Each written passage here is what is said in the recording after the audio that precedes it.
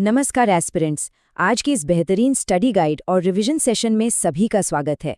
आज हम एकदम क्रिस्प और टू द पॉइंट तरीके से साम्राज्यों के इतिहास से लेकर अपने संविधान के उन सभी ज़रूरी और हाई यील्ड फैक्ट्स को कवर करेंगे जो एग्जाम्स के लिए बहुत ही महत्वपूर्ण हैं।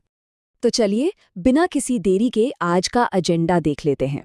हम शुरुआत करेंगे मुगल काल से, फिर बात करेंगे दुनिया के कुछ सबसे बड़े अनसुलझे रहस्यों की और आखिर में इंडियन पॉलिटी के ज़रूरी फैक्ट्स को रिवाइज करेंगे। शुरुआत करते हैं हमारे पहले टॉपिक से, इंडियन हिस्ट्री, और स्पेसिफिकली इसमें हम मुगल एरा पर फोकस करेंगे। अब देखिए, एग्जाम के पॉइंट ऑफ व्यू से अकबर के शासनकाल का ये क्रोनोलॉजिकल मैप समझना बहुत ही ज़रूरी है।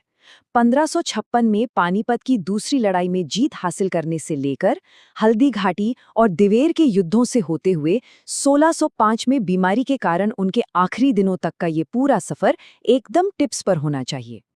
अब बात करते हैं एक बहुत ही शानदार मिलिट्री टैक्टिक की, तुलुगमा सिस्टम। ये वो टेक्निक है जिसे इस्तेमाल करके महज 14 साल के अकबर ने पानीपत की दूसरी लड़ाई में हेमू की विशाल हाथियों वाली सेना को हरा दिया था। इसमें होता क्या है कि सेना को लेफ्ट, राइट और सेंटर में बांटकर दुश्मन पर अचानक से फ्लैंकिंग अटैक किया जाता है। बाबर से विरासत में मिली ये रणनीति वाकई एक गेम चेंजर थी।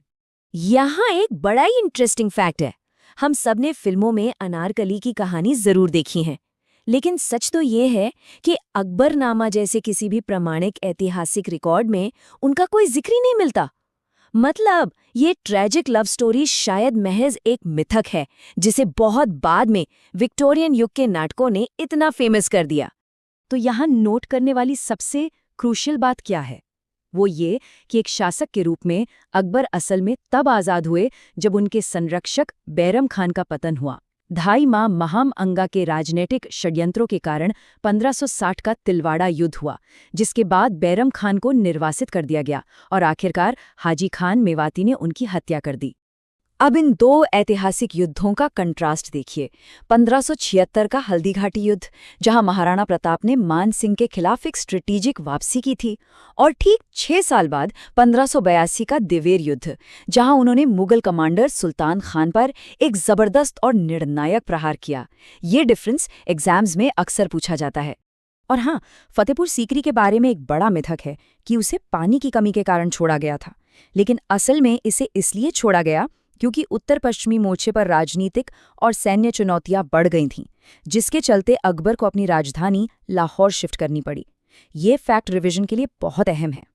इतिहास के इन पन्नों से आगे बढ़ते हुए जरा सोचिए, हमारी दुनिया में ऐसे कौन से ऐतिहासिक रहस्य हैं जो आज की मॉडर्न टेक्नोलॉजी को भी पूरी तरह से चकरा देते हैं? तो चलिए सिलेबस के दूसरे हिस्से पर आते हैं और दुनिया की सबसे ज्यादा चर्चा में रहने वाली ऐतिहासिक पहेलियों को डीकोड करते हैं। शुरुआत करते हैं कमाल की चीज से, एंटीकेथेरा मैकेनिज्म। सोचिए, ये एक 2000 साल पुराना ग्रीक एनालॉग कंप्यूटर है जिसमें 37 एकदम सटीक गियर्स लगे हैं। इसका काम क्या था? खगोलीय स्थितियों और ग्रहणों की भविष्यवाणी करना। यह साबित करता है कि एंशिएंट टेक्नोलॉजी कभी-कभी हमारी सोच से हजारों साल आगे थी। अब इन घटनाओं को देखिए, आज की मॉडर्न टेक्नोलॉजी भी इन्हें सुलझाने में फेल है।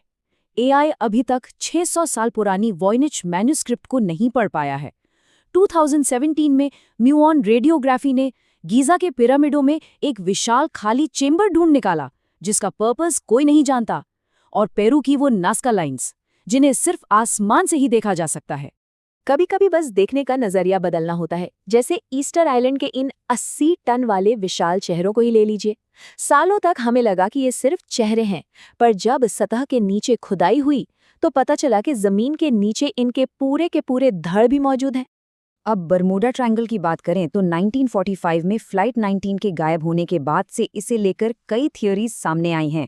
एग्जाम रिवीजन के लिए ये सब याद रखना जरूरी है, जैसे कंपस को खराब करने वाली मैग्नेटिक अनोमलीज, मीथेन गैस के विस्फोट, एलियंस या फिर अटलांटिस की उन्नत तकनीक के बचे हुए हिस्से। अब एक सवाल है, इन बिल्कुल अनसुलझे रहस्यों की दुनिया से बाहर निकलकर एक मॉडर्न देश के एकदम पक्के और स्थापित नियमों को आखिर कैसे स्ट्रक्चर किया जाता है? यहीं से एंट्री होती है हमारे तीसरे सेक्शन की, इंडियन कॉन्स्टिट्यूशन, और उसके कुछ बहुत ही इंपॉर्टेंट और हाई यील्ड फैक्ट्स। तो चलिए सीधे पॉलिटी के कोर में गोता लगाते हैं, प्रस्तावना यानी प्रियम्बल। इसे जवाहरलाल नेहरू ने प्रपोज किया था और इसे अक्सर संविधान की आत्मा कहा जाता है। ये बेसिकली हमारे पूरे संविधान के फंडामेंटल उसूलों की रूपरेखा है। इस सेक्शन में एक नंबर बिल्कुल नहीं भूलना है और वो है 42। 1976 का 42वां संशोधन इकलौता ऐसा टाइम था जब प्रीएम्बल में बदलाव किया गया था। इसमें 3 बेहद जरूरी शब्द जोड़े गए थे: समाजवादी, धर्मनिरपेक्ष और अखंडता। ये सवाल एग्जाम्स में बार बार आता है। दुनिया का सबसे लंबा लिखित संविधान आखिर बना कैसे? इस टाइमलाइन पर नजर डालना बहुत जरूरी है। 1946 के कैबिनेट मिशन प्लान से शुरुआत होती है। BN राव इसके संवैधानिक सलाहकार बनते हैं। Doctor BR Ambedkar drafting committee को लीड करते हैं और इसे पूरा होने में लगते हैं पूरे 2 साल, 11 महीने और 18 दिन। कॉम्पिटिटिव एग्जाम्स का एक और ऑल टाइम फेवरेट टॉपिक, कौन सी चीज किस देश से ली गई है? देखिए, यूके से हमने ली संसदीय प्रणाली, अमेरिका से आया महाभियोग यानी इम्पीचमेंट प्रोसेस, रूस से हमारे मौलिक कर्तव्य आए और जर्मनी से ली गई आपातकालीन शक्तियां। अब आते हैं कुछ बेहद स्पेसिफिक हाई यील्ड आर्टिकल्स पर जिन्हें बस अच्छे से मेमोराइज कर लेना है। आर्टिकल 17 में है अस्पृश्यता का अंत, 19 में प्रेस की स्वतंत्रता, 85 में लोकसभा का भंग होना, 280 में वित्त आयोग और 368 जो संविधान संशोधन की प्रक्रिया बताता है। ये नागरिक अधिकारों के वो पिलर्स हैं जो अक्सर टेस्ट किए जाते हैं। अब एक और बहुत जरूरी नंबर 35। ये क्या है?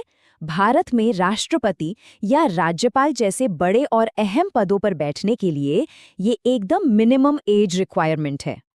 ऑब्जेक्टिव सवालों के लिए तैयारी एकदम सॉलिड रखने के लिए न्यायपालिका और नागरिकों के अधिकारों से जुड़े ये कुछ बेसिक नंबर्स फटाफट रिवाइज कर लेते हैं। देश में कुल 25 हाईकोर्ट्स हैं। हमें 6 मौलिक अधिकार मिले हुए हैं। वर्तमान संविधान में 12 अनुसूचियां हैं और ओरिजिनल डॉक्यूमेंट 22 भागों में बटा हुआ था। तो आज के इस एक्सप्लेनर को यहीं ख़त्म करते हैं, पर जाते जाते ये सोचना बहुत ज़रूरी है कि कैसे हमारे इतिहास की गहराइयों, दुनिया के अनसुलझे रहस्यों और हमारे आज के कानूनों को एक साथ समझने से हम भविष्य के रहस्यों को सुलझाने के लिए अब ज़्यादा बेहतर तरीके से तैयार हो जाते हैं। सोचिएगा ज़रूर, सीखते रहिए और इसी तरह लगातार आगे बढ़ते रहिए।